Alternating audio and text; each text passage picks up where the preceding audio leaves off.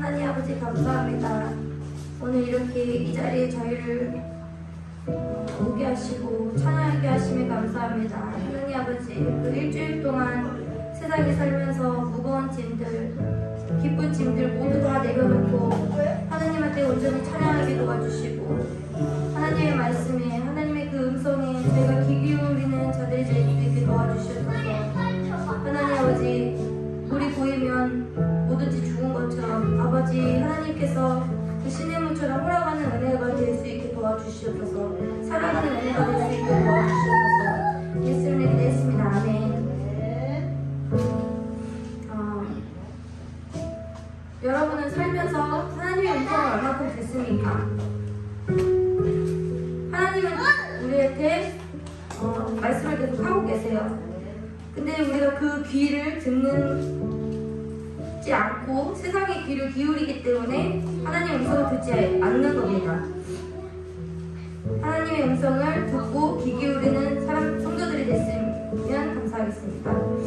네, 하나님의 음성 찬양드리겠습니다.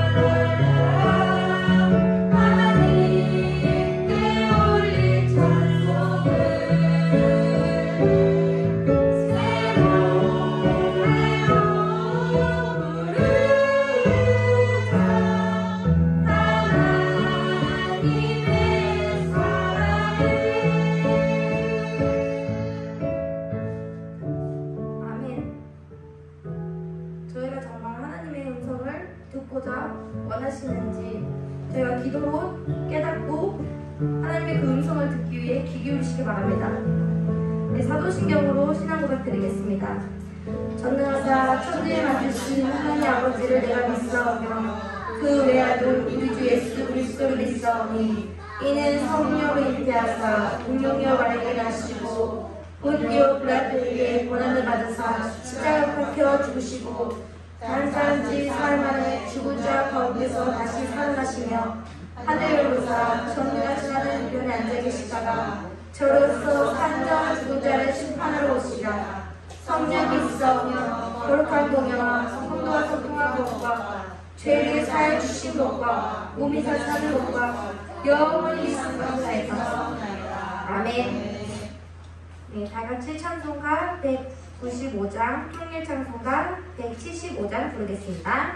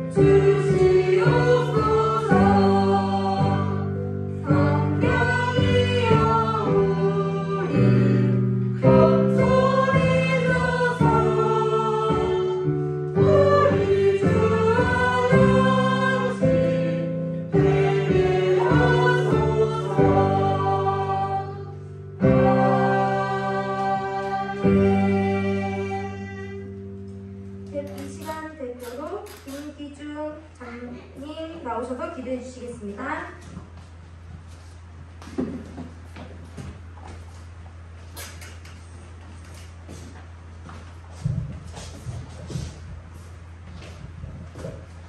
다 같이 기도하시겠습니다. 사랑과 은혜가 풍성하신 하나님 아버지, 올해 첫 예배를 드린 지가 엊그제 같은데 벌써 한 해의 절반이 지나고 매주 감사 예배를 드릴 수 있도록 인도하여 주시며 감사드립니다. 지난 한 주간 동안에도 지치고 상한 우리의 몸과 마음으로 인하여 주님의 말씀에 순종하지 못하고 살아왔음을 고백하오니 십자가의 보혈로서 깨끗이 씻어 주시옵소서. 이 나라와 이 민족을 지극히 사랑하시는 하나님 아버지, 이 나라의 대통령을 비롯한 위정자들이 공의로우신 하나님을 경외하며 국민들을 존중하여 복된 나라를 만들어갈 수 있도록 인도하여 주시옵소서. 러시아와 우크라이나의 전쟁으로 세계 정세는 예측 못할 정도로 불안하고 있고 남북관계도 위태로우며 물가는 치솟고 있습니다. 전 국민들이 지혜를 모아서 서로 화합하고 타협하여 한 마음으로 우리 조국의 미래를 이끌어갈 수 있도록 인도보호하여 주시옵소서. 이 시간 저희 힘 있는 교회를 위하여 기도합니다. 지난 3박 2일 동안에도 주님께서 함께 하심을 감사합니다. 때로는 어렵고 부족한 일도 있었으나 주님께서 함께 하셨고 앞으로도 은혜로 함께 하실 것을 믿습니다. 온 성도들이 힘을 얻고 성령 충만, 은혜 충만한 교회로 거듭날 수 있도록 이끌어 주시옵소서. 지금 이 자리에 나와 머리 숙인 모든 성도들과 영상으로 예배드리는 모든 성도들에게 일일이 안수하시어 그들의 삶을 지켜 보호해 주시고 동행하여 주시옵소서. 육신의 연약함과 질병 가운데 있는 성도들을 깨끗하게 치유해 주시고 우리들의 모든 문제점과 기도의 제목들이 해결받는 귀한 역사가 일어나게 은혜 베풀어 주시옵소서. 특별히 우리 교회와 성도들을 돌보며 말씀과 기도에 힘쓰시는 두 목사님을 기억하사 그들의 몸과 마음을 다스리고 인도하사 영육간에 강건함을 주시고 모든 원치 않는 질병을 깨끗이 치유함을 주시옵고 강하고 당대함을 주셔서 그들의 가정에도 평강이 넘치게 축복하여 주시옵소서. 또한 이 힘들고 험난 이 시기에 보험만을 들고 나간 레바논과 몽골의 선교사와 그들의 가족들을 기억하사 눈동자같이 지켜주시고 그들의 선교 사역이 순조롭게 이루어질 수 있도록 역사하여 주시옵소서. 이 시간도 드리는 예배를 통해서 주님 홀로 영광 받을 수 있사오며 거룩하신 예수님 이름으로 기도드립니다. 아멘.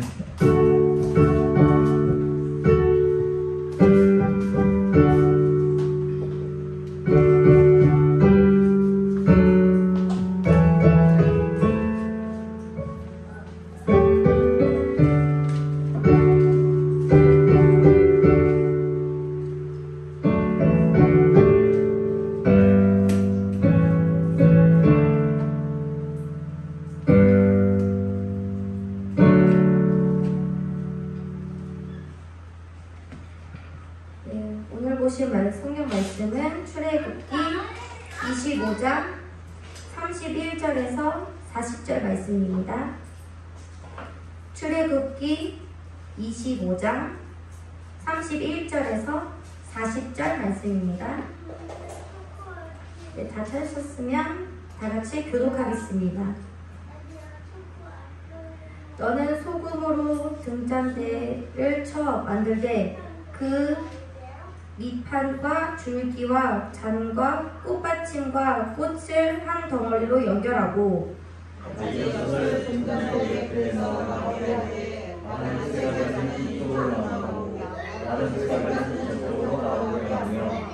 이쪽 가지에 살구꽃 형상의 잔색과 꽃받침과 꽃이 있게 하고 저쪽 가지에도 살구꽃 현상의 잔색과 꽃받침과 꽃을 있게 하여 등잔대에서 나온 가지 6을 갖게 할지며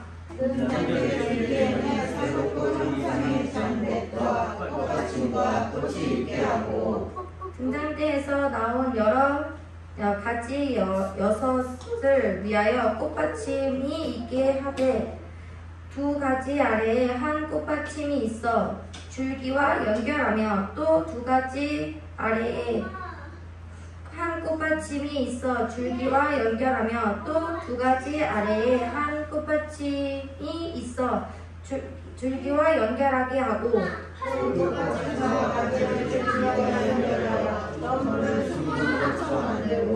등잔 7을 만들어 그 위에 두어 앞에 붙이게 하며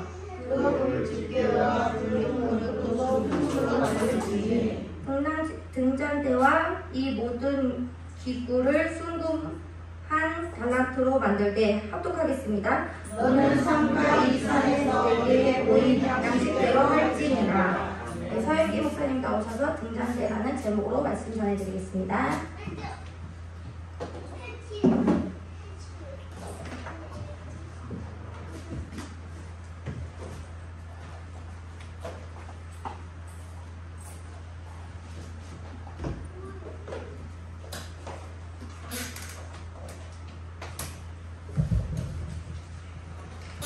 우리 함께 예배드리는 옆에 분과 인사할까요? 성령 받으세요. 네, 성령 받으세요. 이렇게. 평소에 안 하던 인사를 해가지고 당황하신 것 같은데요. 저는 기도하도록 하겠습니다.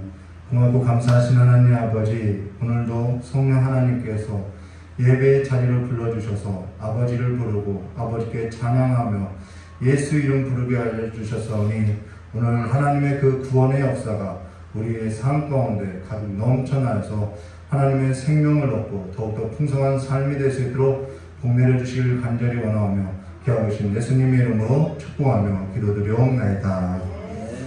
예, 금요 예배 때 예배 중에 기도하다가 모든 사람이 모든 자가 하나님의 영, 그 성령을 받아야 한다는 것을 깨닫고 모든 성도에게 성령을 부어달라고 기도했는데요. 성령은 목회자만 받아야 하는 거 아니죠? 예, 성령은 장년들만 받아야 하는 거 아니죠? 예, 성령은 모든 사람이 받아야 한다는 거예요. 담요리도 받아야 하고요, 여기 수요리도 받아야 하고, 전도사님도 받아야 하고, 장로님도 받아야 하고, 권사님도 받아야 하고, 저도 역시 성령을 받아야 한다는 것입니다. 이제 나이가 많아서 성령 받지 않아도 된다, 나는 나이가 어리니까 성령 받지 않아도 된다라는 생각은 버리고 성령 받아야 한다는 것입니다. 나이가 많든 오늘 성령 받으시기를 주님의 이름으로 축원합니다. 또 영상으로 예배드리는 모든 성도님도 성령 받으시기를 바랍니다. 요즘 우리 전도사님이 다시 직장을 다니는데요. 힘든 시간을 보내고 있어요. 근심도 많고 몸도 피곤하고 그런 모습을 자주 접하는데요. 저희 전도사님에게 이런 말을 했어요. 몸으로 버티지 말고 성령 받으라고 했다는 것입니다. 저 역시 몸으로 버티다 보니까 피곤이 쌓이고 피곤이 누적되니까 들어눕게 되더라는 거예요. 그것이 사람의 한계인 것이죠. 몸으로 버티게 되면 병밖에 생기는 것이 없다는 것입니다. 근심되게 되고요, 뼈만 상하게 되고요, 늘 우리의 삶이 그렇게 근심으로서 살아가게 된다는 거예요. 이건 힘으로 되지 않고요, 능력으로 되지 않고요, 오직 성령으로 된다는 것입니다.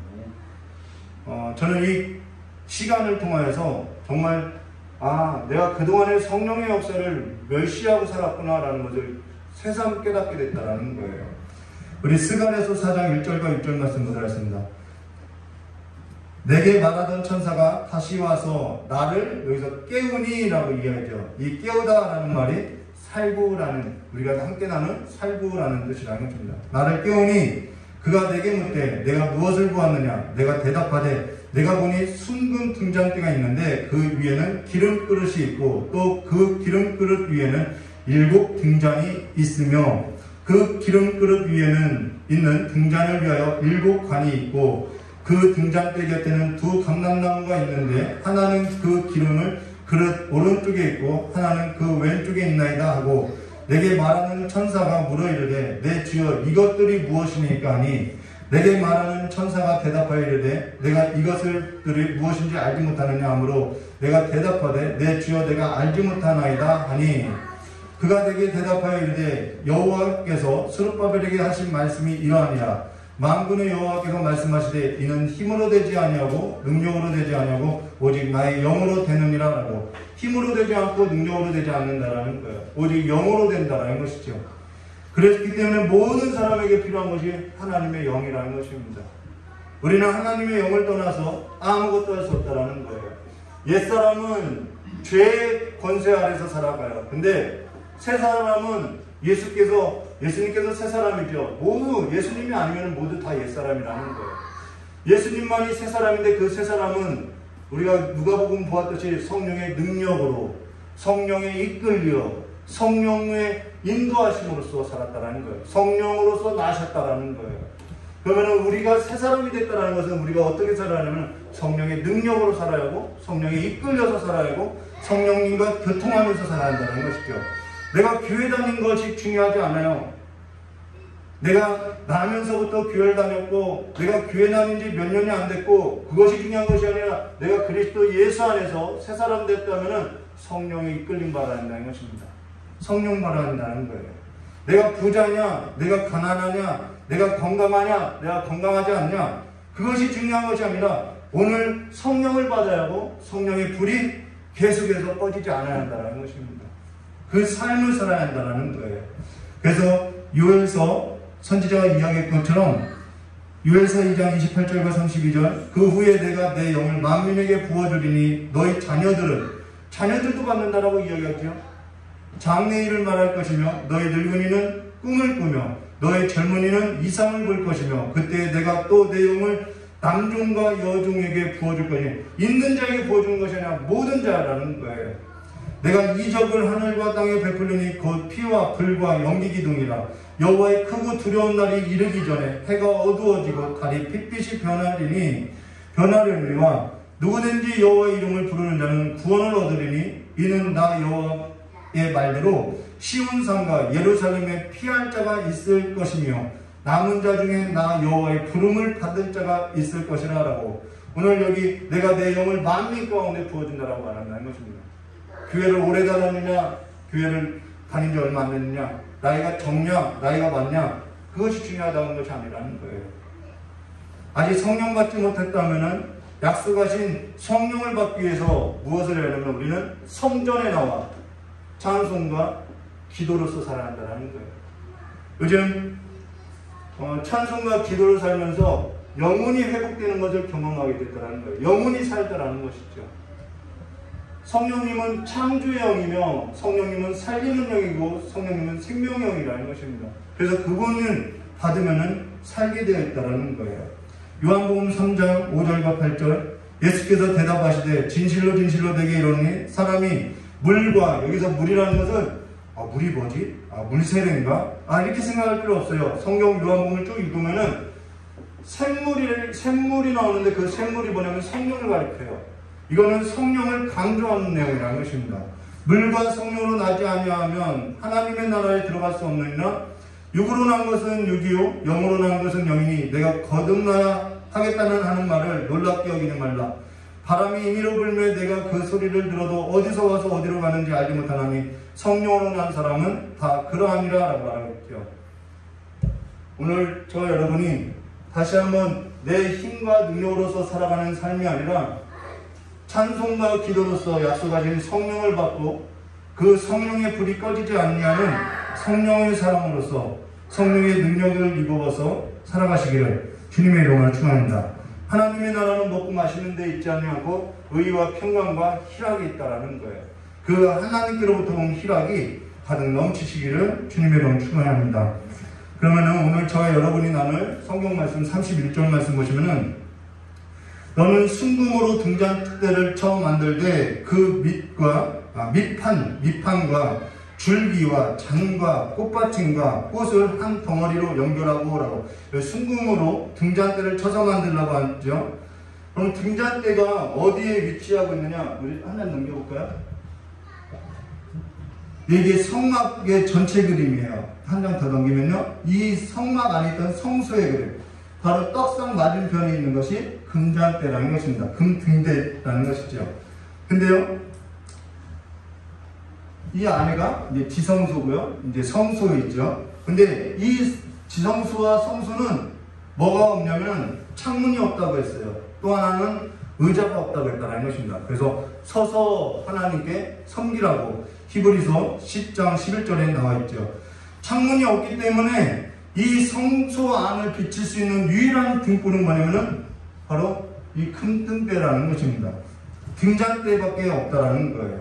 아무것도 없다라는 거예요. 근데 그 등잔대를 무엇으로 만들라고 하냐면 순금으로 만들라고 했다라는 것입니다. 우리 한 장 넘겨볼까요? 순금이 뭐냐? 여러분, 순금이라는 것은 금이 아니죠? 금하고는 다른 거라는 거예요.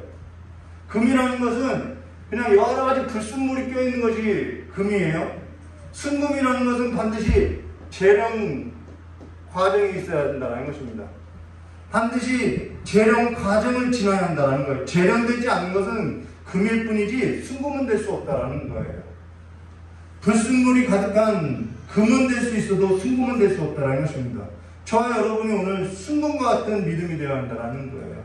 금요 설교 때 이경진 목사님이 설교했듯이 성령으로서 재련을 당한 삶으로서 광야에도 이끌리기도 하고 고난의 가운데 풀무 가운데 던져지는 삶 가운데서 우리는 믿음으로서 성장해야 한다는 것입니다.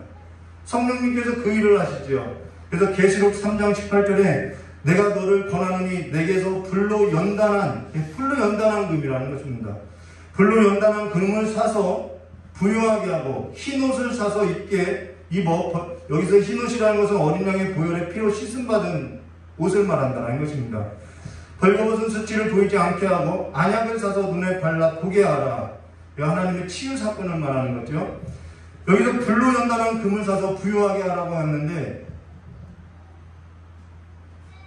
우리가 정말 이 재련의 과정 가운데서 우리가 이 삶으로서 정말 순금과 같은 삶으로서 우리의 믿음에 확실함이 있냐는 거죠. 여러분, 재련 과정이 없으면 우리의 믿음은 그냥 금덩어리라는 거예요. 순금이 아니라는 것입니다.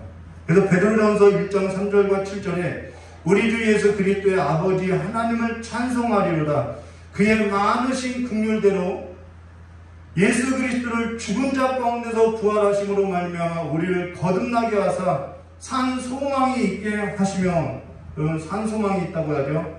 썩지 않고 더럽지 않고 쇠하지 아니하는 유업을 있게 하시나니 썩고 더럽고 쇠하는 것들이 이 불순물에 가득 담겨 있다는 것이죠. 곧 너희를 위하여 하늘에 간직하신 것이라. 너희는 말세에 나타나기로 예비하신 구원을 얻기 위하여 믿음으로 말미암아 하나님의 능력으로 보호하심을 받느니라. 그러므로 너희는 이제 여러 가지 뭘 받아요? 시험으로 말미암아 잠깐 근심하게 되지 않을 수 없으나 오히려 크게 기뻐하는도다 라는 거죠. 여러분의 근심이 기쁨이 되시기를 주님의 이름을 축원합니다. 너희의 믿음의 확실함은 불로 연단하여 없어질 금보다 더 귀하여, 여기서 나오죠. 예수 그리스도께서 나타나실 때 칭찬과 영광과 존귀를 얻게 하려 하심이라. 너희 믿음의 확실함은 불로 연단하여도 없어질 금보다도 더 귀하여 예수 그리스도께서 나타나실 때 칭찬과 영광과 존귀를 얻게 하려 하심이라는 거예요.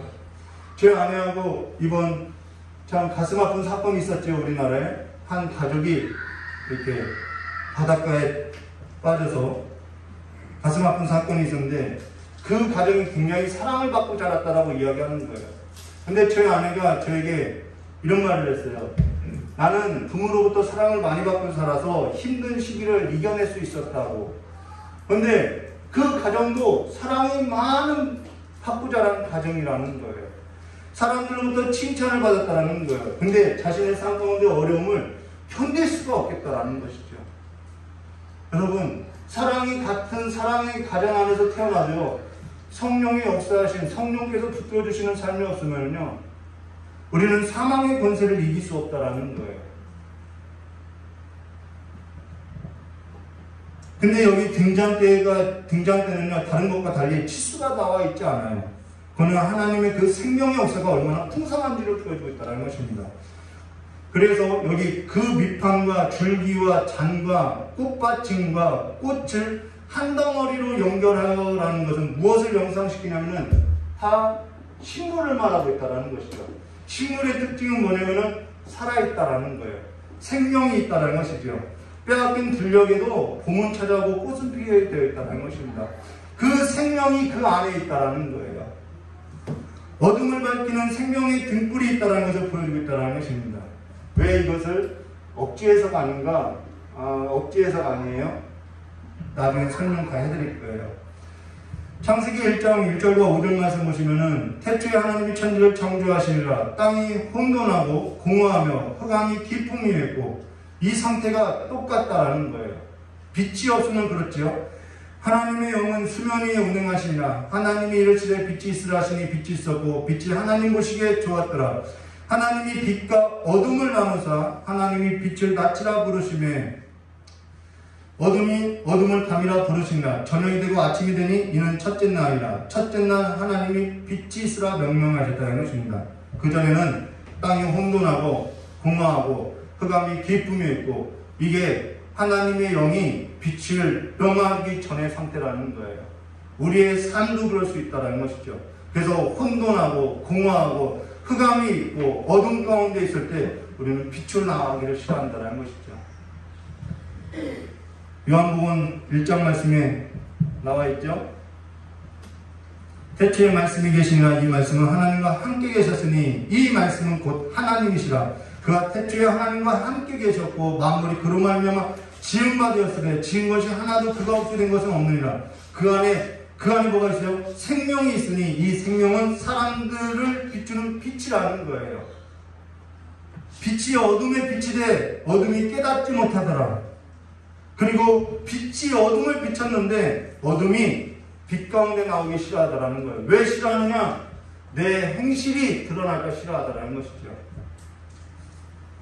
하나님께로부터 보내심을 받은 사람이 있으니 그 이름은 요한이라. 그가 증언하러 왔으니 곧 빛에 대하여 증언하고 모든 사람에게 자기로 말미암아 믿게 하려 함이라. 다 나오죠. 그는 이 빛이 아니요 이 빛에 대하여 증언하러 온 자라. 참 빛 곧 세상에 와서 각 사람을 비추는 빛이 있었나니 그가 세상에 계셨고 세상은 그로 말미암아 지은 바 되었으되 세상이 그를 알지 못하였고 자기 땅에 오매 자기 백성이 영접지 아니하였으나 영접하는 자 곧 그 이름을 믿는 자들에게는 하나님의 자녀가 되는 권세를 주셨으니 이는 혈통으로나 육정으로나 사람의 뜻으로 나지 아니하고 오직 하나님께로부터 난 자니라. 세 사람은 이야기했죠. 이 세 사람은 진리로 난 사람이고 성령으로 난 사람이고 하나님으로부터 난 자라는 거예요. 말씀이 육신되어 우리 가운데 거하심에 우리가 그의 영광을 보니 아버지의 독생자의 영광이요 은혜와 진리가 충만하더라라는 것입니다. 근데 사람들에게 이 빛을 비추었더니 사람들이 이 빛을 받아들이지 않는 거예요. 내가 어둠을 더 사랑하고 내가 어둠을 더 사랑하고 있다는 것을 드러내기 위해서 빛 가운데 나오지 않다는 것이죠. 오늘 저와 여러분의 삶에 있어서 성부와 성자와 성령의 역사는 이 첫날이 찾아와야 하는 역사라는 것입니다. 저녁이 가고 아침이 되는 이 첫날이 저와 여러분의 삶 가운데 찾아와야만 한다는 거예요. 저도 저녁에 찬송을 부르고 기도하는데 하나님께서 빛을 비춰주시려고 했더니 너무 그 앞에 서기가 두려운 거예요. 그래서 이스라엘 백성들이 하나님의 그 임재 앞에서 두려움이 모세 당신이나 올라가라고 하고 있다는 것이죠. 저 역시도 그렇게 그러한 모습으로서 서게 되더라는 것이죠. 요한복음 1장 9절과 10절 예수께서 대답하시되 낮이 12시가 아니냐 사람이 낮에 다니면 그 낮과 밤이 나눠지죠. 이 세상의 빛을 보므로 실족지 아니하고 밤에 다니면 빛이 그 사람 안에 없는 거로 실족하느니라 라고 말씀하는 것입니다. 우리의 삶 가운데 왜 실족하는지 성경은 말해주고 있다는 거예요. 자, 그러면요 우리 살곳곳에 대해서 볼까요? 왜 생명이라고 이야기했는지요. 32절과 33절 가지 6을 등잔대 곁에 나오게 하되 다른 세 가지는 이쪽으로 나오고 다른 세 가지는 저쪽으로 나오고 이쪽 가지에 살곳꽃 형상 잔셋과 꽃받침과 꽃이 있게 하고 저쪽 가지에도 살곳꽃 형상의 잔셋과 꽃받침과 꽃이 있게 하여 등잔대에서 나온 가지 6을 갖게 할지니라 라고 이야기했는데요. 아니 뭐 여러 가지 꽃도 있는데 왜 하필 살곳꽃이냐. 근데 이 번역이 잘못됐어요. 이건 살곳꽃이 아니라 살구가 아니라 아몬드라는 것입니다. 이스라엘 가면 아몬드라는 거예요. 아몬드라는 것입니다. 근데 살곳꽃이라고 번역했기 때문에 저도 이제 살곳꽃이라고 하는데요. 왜 하필 살곳꽃이냐? 살곳꽃이 겨울을 깨고 봄을 가장 먼저 알린다라는 것입니다. 1월 말에서 2월에 이 살곳꽃이 핀다라는 거예요. 우리나라하고는 좀 달라요. 기후가. 그래서 이 살곳꽃이 뜻하는 것이 뭐냐면 생명력을 말한다라는 거예요. 생명을 뜻한다라는 거예요. 등대가 뜻하는 것이 뭐냐면 생명의 비심을 말해준다는 것입니다. 그리고 이 뜻은 또 흔들어 잠든 것에 있어서 흔들어 깨우다라는 뜻이라는 것입니다. 그래서 봄을 깨우는 데 있어서 이 살곳꽃이 가장 먼저 핀다라는 거예요. 겨울 동안에 아몬드가 있다가 이 봄이 되면서 1월 말에서 2월이 되면서 꽃을 피우기 시작한다는 거예요. 그래서 예레미야서 1장 11절에 여호와의 말씀이 또 내게 임하여 이르시되 예레미야야 내가 무엇을 보았느냐 하시매 내가 대답하되 내가 살구나무가지를 보나이다 라고 예레미야에게 살구나무가지를 보여줬죠. 근데 예레미야에게 하나님께서 살구나무가지를 보여줬던 이유가 있는데요. 그건 뭐냐면은 하나님께서 자기 중심에 다른 신들을 섬기고 있는 이스라엘 백성들이 심판을 하고자 하는데 그들이 진정한 소망은 살구나무에 있다는 것을 보여주기 위함인데요. 이때 당시 이스라엘 백성들이 자기 중심에 다른 신들을 섬기고 자신들은 부유하다라고 이야기했다는 거예요. 이때 당시 북이스라엘이 굉장히 부강할 때라는 것입니다. 그래서 그들은 멸망하지 않는다라고 했다라는 거예요. 그런데 우리가 계시록에서 보았던 것처럼 그들은 부유하다고 하나 그들에게는 가난하고 공고하고 그들에게는 어둠이 있었음을 말해줬다는 것입니다. 그래서 에레미야에게 살구나무를 보여준 것은 너희들에게 있어서 하나님이 심판을 베풀 건데 그 심판이 너희들을 진정으로 살릴 수 있는 소망이다라는 뜻으로서 생명이다라는 뜻으로서 심판이 생명이라는 뜻으로서 살구나무까지를 보여줬다는 것입니다. 그래서 끓는 가마를 또 보여주는 것이죠. 북방의 이방민족이 너희를 칠 것이다라는 거예요. 왜 치는지는 이제 아시겠죠? 출애굽기 25장, 그럼 성경 말씀 다시요. 출애굽기 25장 34절과 36절. 등잔 때 줄기에는 살구꽃 형상의 찬 넥과 꽃받침과 꽃이 있게 하고 등잔 때에서 나온 가지 6을 위하여 꽃받침이 있게 하되 두 가지 아래에 한 꽃받침이 있게 하고 이 그림을 이렇게 설명하면 돼요. 두 가지 아래에 한 꽃받침이 있게 하고 이런 식인 거죠. 근데 이 그림이 다 저마다 달라가지고 35절이요. 등잔대에서 나온 가지 6을 위하여 꽃받침이 있게 하되 두 가지 아래에 한 꽃받침이 있어 줄기와 연결하며 또 이 줄기라는 것은 이건 가지고요. 이 줄기라는 것은 이 가운데를 말하는 거예요. 줄기와 연결하며 또 두 가지 아래에 한 꽃받침이 있어 줄기와 연결하고 그 받침, 꽃받침과 가지를 줄기와 연결할 전부 순금으로 만들고 라고 두 가지 아래에 한 꽃받침에 있어 줄기와 연결하고 이야기해요. 이거는 우리의 삶에 뭐가 있어야 한다는 거예요? 마디가 있다라는 거예요. 우리의 삶에 마디가 없으면은 우리는 자라날 수 없다라는 거예요. 시련이 있고 마디마다 고통이 따르고 그 고통 가운데 불로 연단하여도 없어질 금보다도 귀한 삶으로서 거듭나게 된다는 것입니다. 마디가 없으면은 바람에 꺾이게 되어 있다라는 거예요. 모든 이 긴 나무를 보면 다 마디가 이렇게 있지요. 마디가 없으면 꺾이게 되어 있다라는 거예요. 히브리서 12장 11절과 13절. 무릇 징계가 당시에 즐거워 보이지 않고 슬퍼 보이나 후에는 그로 말미암아 연단받은 자들은 의와 평강의 열매를 맺느니라. 그러므로 피곤한 손과 연약한 무릎을 일으켜 세우고 너희 발을 위하여 곧은 길로 만들어 저는 다리로 하여금 어그러지지 않고 고침을 받게 하라라고 말하고 것입니다. 오늘 여러분의 삶 가운데도 이 고침이 있으시기를 주님의 이름으로 축원합니다. 37절 말씀 보도록 하겠습니다. 등잔 7을 만들어 그 위에 두어 앞을 비치게 하고 여기 등잔 7이 나와요. 자, 대충 이렇게 그리면요. 이게 등대지요. 근데 여 위에 등잔대를 두는데 이거는 따로 만든다라는 거예요. 등잔 7을 만들어 그 위에 두어 어디를 비추게 해요? 앞을 비추게 하라고 하고 있죠. 근데 왜 등잔 7은 따로 만드느냐? 이 금은요, 천도시에서 녹아버려요. 근데 올리브유 기름으로 이 불을 비치는 거는 1600도에 된다는 것입니다. 그래서 이거만 따로 녹지 않게 만든다는 것이죠. 중요한 건 아니에요. 근데 가장 중요한 것은 뭐냐면은 그 위에 두어 어디를 비춘다고요? 앞을 비추라고 하고 있다는 것입니다. 그러면은 일제히 앞을 비치게 하는데 그 앞을 비추는 곳에 그 앞에 뭐가 있냐면 맞은편에 뭐가 있냐면 떡상이 있다는 것이죠.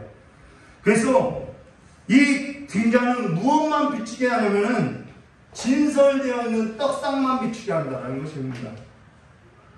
등잔대가 가리키는 것은 성령을 말하고요. 성령이 비추는 것은 성령이 조명하시면요. 진설상에 드려진 떡상, 그걸 비춘다라는 거예요. 하나님의 말씀을 가르치고 진리의 말씀을 비추고 우리의 삶을 빛 가운데로 인도하고 있다라는 거예요. 요한복음, 그래서 예수님께서 말씀하죠. 요한복음 14장 25절과 28절. 내가 아직 너희에게 함께 있어서, 이때는 살아계실 때죠. 이 땅에서요.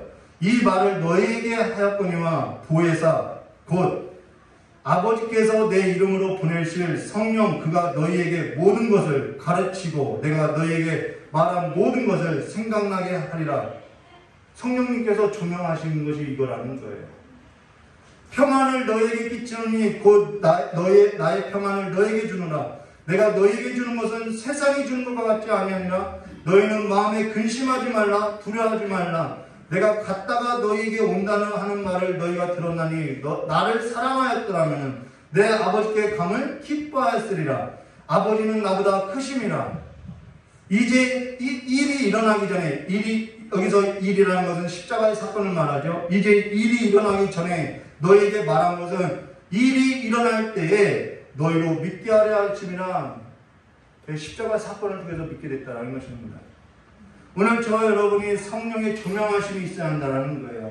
성령께서 모든 것을 가르치고 모든 것을 생각나게 하고 모든 삶에 있어서 조명하여서 어떠한 상황 가운데서 내가 근심하고 세상이 주는 것으로서 기뻐하는 것이 아니라 마음의 평안을 얻고 하나님의 크심을 보고 하나님의 그 크심을 믿는 삶으로서 이겨나가야 한다는 거예요. 저의 삶 가운데 하나님 앞에 기도했을 때 어떤 말씀을 하냐면, 모세가 노뱀을 든 것 같이 그것을 보는 자마다 다 산다라고 이야기하는 거예요. 죽지 않는다라는 거예요.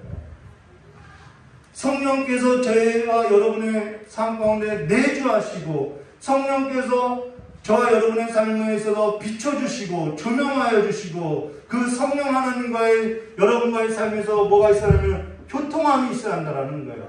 매일같이 예배마다 축원하면서 성령의 내주하심과 감능과 교통하심이라고 축복하면서 축원하는데, 우리는 이 교통함이 없이 살아간다고 하면 안 되겠다라는 것이죠. 고린도전서 2장 9절과 14절 기록된 바 하나님이 자기를 사랑하는 자들을 위하여 예비하신 것은 모든 것은 눈으로 보지 못해요. 귀로 듣지 않아요. 사람의 마음으로 생각하지 못한다 한 것 같다라는 거예요. 여러분, 육적으로 살면 어떠냐면요.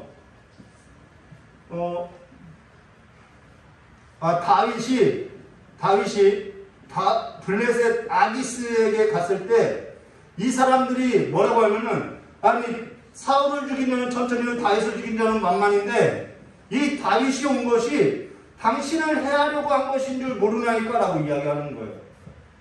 다윗은 도망하러 온 거죠. 이것이 뭐냐면 육적으로 보는 거라는 거예요. 그러한 성경의 구절들이 많이 있죠. 정말 그 진리를 드러내지 않고 그냥 그들이 보고 듣는 대로 사람의 자신들의 마음에 생각하는 대로 말을 하더라는 거예요. 그것이 성령으로 사는 것이 아니라는 것입니다. 오직 하나님이, 그리고 고린도전서 9장 10절 오직 하나님이 성령으로 이것을 우리에게 보이셨으니 성령은 모든 것 곧 하나님의 깊은 것까지도 통달하시니라. 오늘 저와 여러분의 삶에 있어서 이 성령님의 교통하심과 성령님의 이끄심이 아니면은 지금 우리의 삶은 누가 이끌고 있냐는 거예요. 11절 말씀 볼까요? 그것에 관해서 이야기해 주죠. 사람이 이를 사람 속에 있는 영 외에 누가 알려? 이와 같이 하나님의 일도 하나님의 영 외에 아무도 알지 못하느니라. 우리가 세상의 영을 받지 아니하고 오직 하나님께로부터 온 영을 받았으니 이는 우리로 하여금 하나님께서 우리에게 은혜로 주신 것들을 알게 하려 하심이라. 이것이 보여야만 이 모든 것들이 그냥 배설물과 같이 여겨질 수 있는 것이겠죠. 내가 왜 부부싸움을 하느냐? 그 작은 것이 그래도 붙들 만한 부하이기 때문에 놓지 못하는 다툼이 일어나는 거예요. 그것이 되게 아무거나 가치가 없다고 하면은 그냥 버려야 할 거라면은 오히려 내가 안 갖겠다고 당신 가지라고 하겠지요. 우리가 이것을 말하거니와 13절이요. 우리가 이것을 말하거니와 사람의 지혜가 가르치는 말로 아니하고 오직 성령께서 가르치시는 것으로서 하니 영적인 일은 영적으로 분별하느니라. 육에 속한 사람은 하나님의 성령의 일들을 받지 아니하나니 이는 그것들이 어리석게 보이며 또 그는 그것들을 알 수 없나니 그러한 일들은 영적으로 분별되기 때문이라라고 지금 성경이 기록하고 있다라는 거예요. 제가 그냥 하는 말이 아니라 성경이 그렇게 말하고 있다라는 거예요. 그럼 성경이 거짓이냐? 성경 말씀이 거짓이면요, 저와 여러분도 거짓이에요. 저와 여러분의 믿음도 헛것이고요, 죽음도 부활도 하나님의 나라도 다 거짓인 거예요. 믿음도 거짓인 거예요. 그렇다고 하면 오늘 저와 여러분이 지금 성령님하고 교통함과 성령님과의 그 삶을 살아가는 삶이 있어야 한다는 것입니다. 이 성경을 내가 믿어진다면요, 성령이 성경 말씀을 비추어 주는데 그 성경 말씀을 비추어 주는 것에 있어서 교회는 그 말씀을 들어야 한다는 것입니다. 그러면서 뭐라 하죠? 15절과 16절, 신령한 자는 모든 것을 판단하나 자기는 아무에게도 판단받지 아니하나니 누가 주의 마음을 알아서 주를 가르치겠느냐? 그러나 우리가 그리스도의 마음을 가졌느냐? 그리스도의 마음을 가졌다는 것은 그리스도께서 사시는 삶이라는 거예요. 예수님은 예수님 자신이 살지 않고 성령에 이끌려서 성령께서 사시는 삶으로서 살았다는 것입니다. 오늘 성령이 아니면요, 영으로서 살지 않으면요, 모든 것이 무익하다라는 것입니다. 38절과 40절 말씀을 드렸습니다. 그 불 집게와 불똥 그릇도 순금으로 만들지니 등잔대와 이 모든 기구를 순금 한 달란트는 64kg이에요. 한 달란트를 만들되 너는 삼가 이 산에서 내게 보인 양식대로 할지니라. 자, 불집게와 불똥 그릇도 순금으로 만들지요. 불집게, 불똥 그릇도 성령께 붙들리면요, 귀하게 쓰이더라는 거예요. 없어서는 안 될 그릇으로서 반드시 꼭 필요한 존재로서 쓰이더라는 거예요. 근데 성령이 아니면요, 그냥 무익하게 된다는 것이죠. 고마워. 너무 일렀어, 아주. 우리 출애굽기, 끝으로 출애굽기 27장 20절과 21절 말씀으로 하겠습니다. 너는 또 이스라엘 자손에게 명령하여 강난으로 올리브죠. 강난으로 짠 순수한 기름을 등불을 위하여 내게로 가져오게 하고 끊이지 않게 등불을 켜되 아론과 그 아들로 회막 안에 증거계 앞, 지성소가 있고 성소를 말하는 거예요. 증거계 앞 휘장 바깥에서 저녁부터 아침까지 항상 여호와 앞에 그 등불을 보살피게 하라. 이는 이스라엘 자손이 대대로 지킬 규례니라. 성소 안에 등불이 꺼지면 안 된다는 거예요. 그럼 어둡게 된다는 것이죠. 저녁부터 아침까지 항상 여호와 앞 그 등불을 보살피게 하라라고 얘기하죠. 근데 꺼질 때가 있었다라는 거예요. 역사 가운데 꺼질 때가 있었다라는 거예요. 언제 꺼졌냐? 제사장들이 등불 관리를 소홀히 하고, 제사장들이 등불 관리를 할 때 교대를 해야 하는데 나는 좀 더 쉬어야겠다고 쉴 때 등불이 꺼졌다는 것입니다. 또 하나는 이방민족, 하나님의 징계의 도구로서 이방민족이 침입할 때는 오랫동안 꺼져 있었다는 거예요. 저와 여러분이 저녁부터 아침까지 항상 여호와 앞에 그 등불을 보살피시기를 주님의 이름으로 축원합니다. 요즘 TV나 스마트폰이 모든 사람의 손에 들려져 있죠. 그 자체가 어둠은 아니에요. 그냥 도구인 거죠. 근데 등불을 관리하는 일에 있어서 그것이 저 여러분의 삶에 있어서 빛이 아니라 어둠 가운데 다니는 삶으로서, 등불을 관리하는 데 있어서 소홀하게 하는 삶으로서 우리의 삶을 침범하고 있다면 그거는 어둠이라는 것입니다. 그거는 어둠이고 내 삶이 어둠에 사로잡혀서 어둠을 집안에 끌어들이는 것으로서 성령의 조명하심에 있어서 오늘 내 삶이 희미해져 가고 있는 것이고 하나님의 교제에 있어서 내가 점점점 소멸되어져 가고 있다는 거예요. 그것이 오래되었다고 하면은 나는 이미 하나님께로부터 어둠의 권세 잡은 자로서 그것이 도구로서 지금 쓰여지고 있다는 거예요.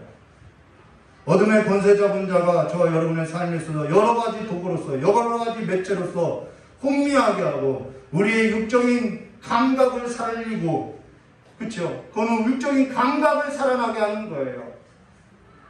죽은 자와 같이 우상과 같이 아무런 생기가 없고 생명력도 없고 능력도 없는 종교인으로서는 만들 수 있다는 것입니다. 어둠의 권세 잡은 자가 이미 이방 민족이 침입하여 들어온 것처럼 저 여러분의 삶을 지배할 수 있다는 거예요. 등불이 꺼진 지 오래일 수 있다는 거예요. 촛대가 옮겨진 지 오래일 수 있다는 거예요. 기름 등불을 준비되지 않은 삶이 오래일 수 있다는 거예요. 요한복음 10장 10절 도둑이 오는 것은 도둑질하고 죽이고 멸망시키는 것 뿐이요 내가 온 것은 양으로 생명을 얻고 더 풍성히 얻게 하려 하심이라. 성령님은 그것을 비춰준다는 것입니다. 어둠이 온 것은 나를 살리려는 것이 아니라 내 육적인 감각을 키우고 성령으로서 살아가는 삶에 있어서 희미해져가고 내 모든 삶에 있어서 부유할 것에 관해서 도둑질하고 죽이고 멸망시키는 것뿐이라는 것입니다.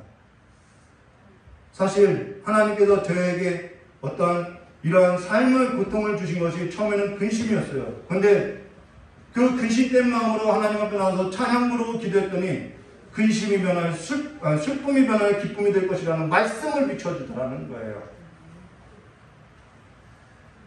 여러분, 그것이 우리에게 있어서 소망이 되고요. 그러니까 그것이 능력이 되고요. 내 삶에 있어서 소망이 되고 장래 희망이 되고 믿음이 되더라는 것이죠. 마태복음 25장 말씀 제가 읽어드리고 마치도록 하겠습니다. 좀 설교가 많이 자연스러워졌죠? 이런 일을 겪고 나니까 자연스러워지더라는 거예요. 달란트 비유 읽어드릴게요. 달란트 비유가 아니죠. 25장 1절입니다. 그때 천국은 마치 등을 들고 신랑을 맞으러 나간 10처녀와 같다 하리니 그 중에 5은 미련하고 5은 슬기로운지라.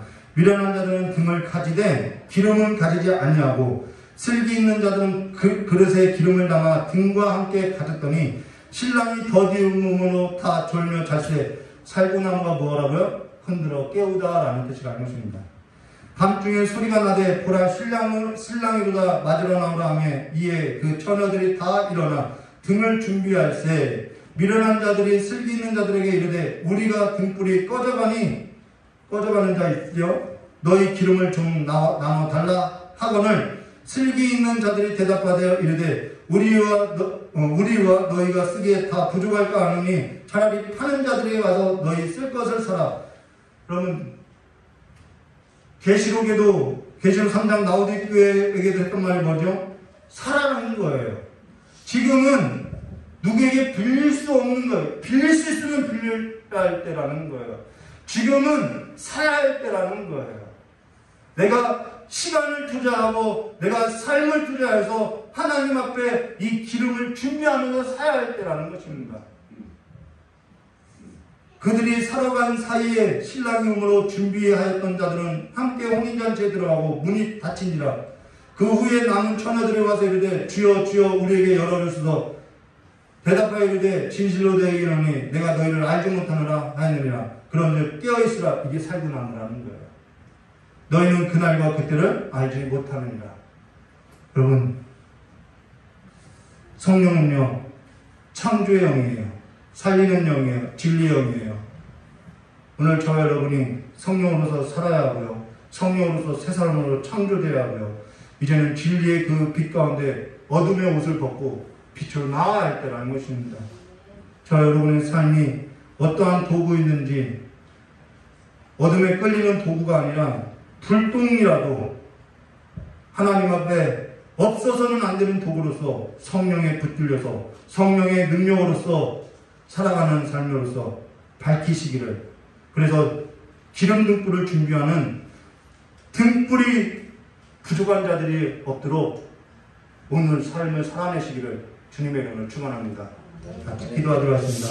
고맙고 감사하신 하나님 아버지, 날마다 성령으로서 살게 하여 주시길 간절히 원하오며 날마다 성령 받기를 힘쓰며 날마다 성전에서 찬송과 기도로 우리의 영혼을 살리며 하나님의 그 조명하심을 따라서 살아가는 삶이 될 수 있도록 복을 내려주시길 간절히 원하오며 기어오신 예수님의 이름으로 축복하며 기도드리옵나이다.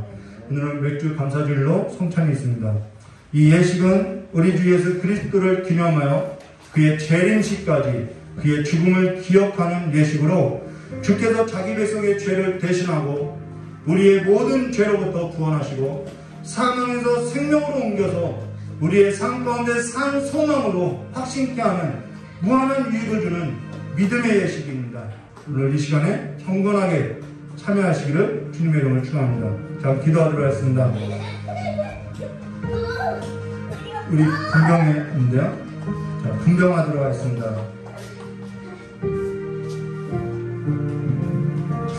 분병, 떡떡 뽕나는 것입니다.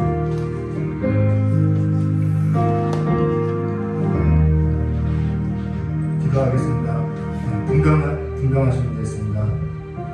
우리 주 예수 그리스도께서 잡히시던 밤 떡을 가지고 축사하사 떼어주신 것처럼 주의 이름으로 이 떡을 나눠드리고자 하니 우리를 대신하여 십자가에 고난당하신 주의 몸을 기념하며 주와 한 몸 된 자로서 이제는 죄에 있어서 옛사람에 대해서는 죽고 의에 대하여 예수 그리스도로 말미암아 하나님 앞에 드려진 삶으로서 흔들어서 깨워주시길 간절히 원하오며 기도하시는 예수님의 이름으로 축복하며 기도드리옵나이다.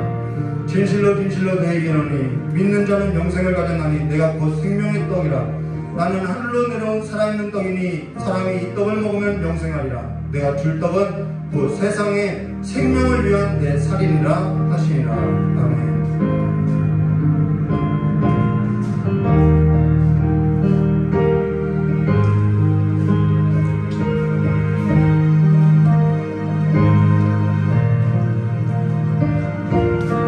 분전하도록 하겠습니다.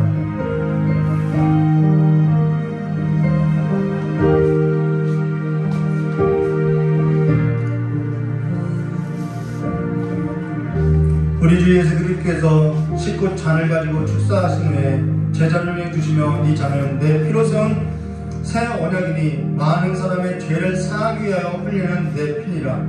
이를 위하여 마실 때마다 나를 기념하라 하신 대로 우리가 주의 새 언약 공동체로서 주께서 우리에게 명령하신 대로 잔을 가지고 주를 기억하고자 하니 이 예식위에 함께하여 주시고 주를 위한 예배 공동체로서 새 언약 공동체로서 이 피의 언약을 기억하여 주시고 우리를 생명으로서 일으켜 세워주시길 간절히 원하옵고 아버지께서 그 아들을 보낸 것 같이 우리 또한 세상에 보내어진 자로서 삶을 살아갈 수 있도록 복내려 주시길 간절히 원하오며 기억하신 예수님의 이름으로 축복하며 기도드리옵나이다.